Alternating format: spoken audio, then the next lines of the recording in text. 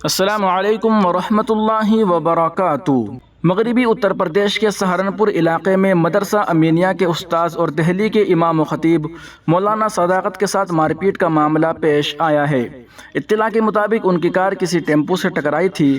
وہ وہاں سے نکل گئے تھے، لیکن تھوڑی دور جا کر ہی کار میں سوار کچھ لوگوں نے ان کو گھیر لیا اور ان کے ساتھ مار پیٹ کی۔ یہ معاملہ سہارنپور کے ریلوے اسٹیشن کے آس پاس کا ہے۔